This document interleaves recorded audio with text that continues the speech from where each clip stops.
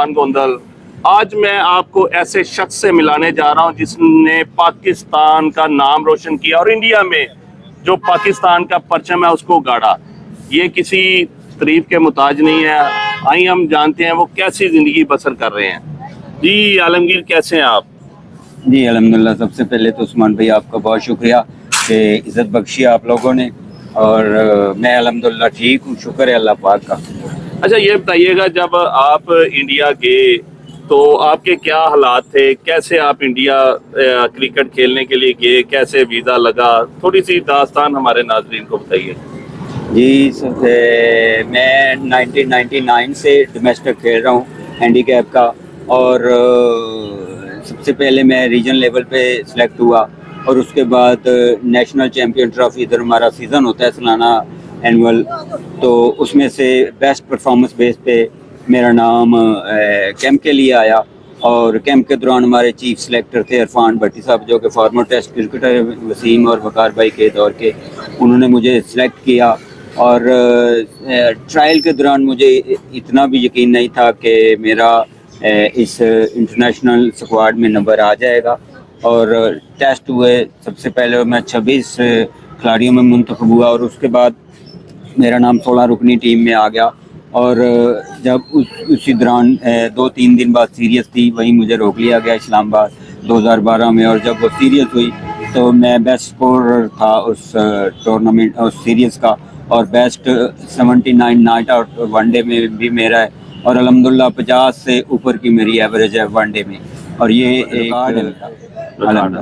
اچھا یہ بتائیے گا، جب آپ یہاں سے جانے لگے تھے تو آپ کے پاس کٹ کیسے ارینج کی؟ آپ کے حالات بھی اتنے اچھے نہیں تھے، آپ نے کٹ کیسے ارینج کی؟ وہ جو شوز تھے، جو بیٹ تھا، وہ چیزیں وہ کیسے آپ نے ارینج کی؟ جب مجھے کال کیا گیا تو کہ انٹرنیشنل لیول پہ آپ کے ٹرائل ہے، میرے پاس نہ بیٹ تھا، یہ جینوئن بات کر رہا ہوں، نہ سامان تھا پراپر کرکٹ کا۔ میں نے کسی دوست سے، میں گاؤں میں رہتا ہوں ڈسٹرکٹ شیوپورہ کے، میمو والی گاؤں ہے میرا، تھوڑا سا بیک پہ ہے، وہاں اتنی زیادہ فیسلٹیز نہیں ہے، اور شیوپورے پراپر آ کے کلب میں پریکٹس کرنا میرے لیے ناممکن تھا، اور میں کسی دوست کے پاس گیا، اس سے بیٹ مانگا، بیٹ کے اوپر گرپ بھی نہیں تھی، اور گلوز بھی پھٹے ہوئے تھے، سیکنڈ ہینڈ بال اس نے مجھے دی، اور پھٹے ہوئے پیڈ تھے، وہی میں لے کے ایک دوست کے پاس چلا گیا، اور پچز وغیرہ تو وہاں تھی نہیں، اور اس دوست نے مجھے فل ٹاس ناکنگ کروا کے میری پریکٹس کروائی، اور اس ٹوٹے بیٹ سے میں پریکٹس کر کے گیا، اور الحمدللہ انٹرنیشنل لیول پہ اللہ تعالیٰ نے عزت بخشی، اور میں جی ہینڈی کیپ اصل میں نا مجھے بھی نہیں پتا تھا ہینڈی کیپ اور نارمل لوگوں میں فرق ہے، جو میں اوپر آتا گیا مجھے پتا چلا کہ ہینڈی کیپ آپ لوگ ایک علیحدہ ہو، نارمل لوگوں کے حساب سے آپ علیحدہ ہو، تو شروع سے میں نے جیسے کسی کو ڈسیبل کہتے ہیں، ڈسیبل، اور نارمل لوگوں میں کرکٹ کھیلا پلا بڑا، بعد میں مجھے آگے پتہ چلا کہ ہینڈی کیپ لوگ علیحدہ ہوتے ہیں، گورنمنٹ نے علیحدہ سے ان کا سب کچھ کیا ہوا ہے، اور وہ مزدور لوگ ہوتے ہیں جن میں کوئی جسمانی کمی ہوتی ہے، اور آپ لوگوں کے لیے علیحدہ ہی سارا کچھ سیٹ اپ ہے، تو الحمدللہ میرا اور بھی حوصلہ بڑھ گیا کہ میں اب اپنا نام، اپنی جو میرے اندر چھپی کوالٹیز ہیں اللہ تعالیٰ نے مجھے دی ہیں، الحمدللہ میں اس کو اور بھی بہتر طریقے سے نکھار سکتا ہوں، اور اس پلیٹ فارم کو ہینڈی کیپ کے لیے جو گورنمنٹ لیول پہ بنایا گیا، اور اس پلیٹ فارم کا میں نے بہت اچھے طریقے سے استعمال کیا، اور آج الحمدللہ اس مقام پہ۔ اچھا یہ بتائیے گا، جب آپ انڈیا گئے وہاں پہ آپ کا استقبال کیسے ہوا؟ کیسے آپ نے وہاں پہ جو پاکستان کا پرچم ہے انڈیا کی سرزمین میں گاڑا؟ جی عثمان بھائی، یہ اللہ تعالیٰ کی بڑی گاڈ گفٹڈ چیز ہے ہمارے جیسے لوگوں کے لیے، کہ ہم پاکستان کا پرچم انڈیا جیسے ممالک میں، روایتی حریف ہیں جو ہمارے، اس ممالک میں ہم نام روشن کر کے آئے اور پرچم لہرایا، یہ سوچ بھی نہیں سکتا تھا میں کبھی زندگی میں ایسا لمحہ بھی میرے لیے آئے گا۔ ہم لوگ جب بارڈر کراس کیا تو سردار لوگ تھے وہاں، ان کی ڈیوٹی زیادہ تھی، اور انہوں نے بہت پروٹوکول دیا ہمیں، اور اتنا پروٹوکول کہ شاید ایسے لگ رہا تھا کہ میں ایک فیملی سے اٹھ کے دوسری فیملی میں آ گیا ہوں، اور جی خوش ہو گیا۔ اور جب ہم جا رہے تھے رستے میں ایک سکھ لوگوں کا ڈھابا تھا، انہوں نے ہمیں کھانا کھلایا، اور اتفاق سے انہیں پتہ چلا کہ میں ننکانہ صاحب سے بھی تعلق رکھتا ہوں، تھوڑا سا ننکانہ بھی، उन लोगों ने आके पता नहीं फिर क्या क्या सेवा की, उनकी आंटी वगैरह आ गई, मुझसे गले मिला और मुझे पता ही नहीं चला कि मैं पाकिस्तान में हूँ या इंडिया में हूँ। और जब हम लोग हरियाणा पहुँचे फरीदाबाद, तो रात 1:30 बजे का टाइम था, ऐसे लग रहा था कि सुबह 1:30 बजा है। और सारा वो फरीदाबाद जो है वो जाग रहा था हमारे इस्तकबाल के लिए, ढोल धमक्के से हमारा इस्तकबाल किया गया। और मैं परेशान हो गया कि रात के 1:30 बजे इतना प्रोटोकॉल, अनबिलीवेबल। अच्छा, आपको कैसी खुशी फील हुई जब आपने देखा कि हमारा इतना प्रोटोकॉल और इतने लोग आपसे मोहब्बत कर रहे हैं? तो कैसा लगा कि पाकिस्तान और इंडिया के जो बॉर्डर में आप उधर नहीं जा सकते, वो इधर नहीं आ सकते, तो आपको कैसा फील हुआ? क्या हुकूमत से कहना चाहते हैं कि बॉर्डर्स को क्या खोल देना चाहिए, या क्या आपकी तजवीज़ क्या है? मैं सुनता आ रहा था बचपन से ही कि इंडिया पाकिस्तान ये रिवायती हरीफ हैं वगैरह वगैरह, ऐसे अल्फाज सुनता आ रहा था और जहन में भी था कि हम लोग इंडिया आए, बड़े चुकन्ने थे, सब रूल्स को फॉलो कर रहे थे। वहाँ पहुँच के जब हम ओपनली बाज़ार गए हैं तो उन लोगों ने ऐसे इस्तकबाल किया है जैसे हम उनकी फैमिली के मेंबर थे। हमें पता ही नहीं था कि कोई सिक्योरिटी भी हमें चाहिए, सब लोग जी प्यार कर रहे थे। और स्पेशली मैं एक चीज़ कहना चाहूँगा, जो लोग यहाँ से हिजरत करके पार्टीशन के वक्त चले गए थे और उन्हें पता चला कि जब पाकिस्तान से टीम आई है, तो वो सिक्योरिटी की वजह से दूर दूर तड़प रहे थे कि हमें फ़लाँ इलाके का पता चला है, बंदा आया है, फ़लाँ इलाके का बंदा आया है। वो बुज़ुर्ग जहाँ से मैं गया था, इस इलाके का बुज़ुर्ग मुझे वो मिले और उनके ऐसे कप कपी तारी थी। वो अच्छा। कह रहे थे कि आज मुझे ऐसा लग रहा है कि मैं 1947 में वापस चला गया हूँ और मेरे वतन की जो मिट्टी है वो मुझे चूमना नसीब हो गया। वाह वाह गले वाह, से मिले, मेरे वतन की मिट्टी जो है वो मुझे खुशबू आ रही है। मुझे आप में वो खुशबू आ रही खुशबू है, आ रही है। और आज मैं एक दफ़ा फिर जवान हो गया जवान हूँ। हो। उनका ये मोहब्बत का जज्बा देख के मुझे नहीं लगता कि ये बॉर्डर, ये जो लकीर खींची गई है इंसानियत के दरमियान, ये ठीक है।